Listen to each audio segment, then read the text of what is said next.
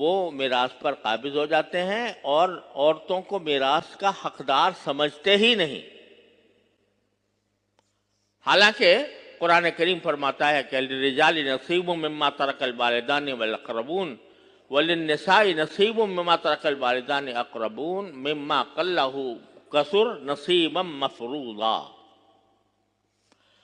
کہ جب کوئی کسی کے رشتہ دار انتقال کریں اور وہ اپنا کچھ مال چھوڑ کر جائیں تو اس میں مردوں کا بھی حق ہے، اس میں عورتوں کا بھی حق ہے۔ الگ الگ کر کے بیان فرمایا اللہ تعالیٰ نے۔ للرجال نصیب، مردوں کے لیے حصہ ہے اس میں، اور للنساء نصیب، عورتوں کے لیے بھی حصہ ہے اس میں۔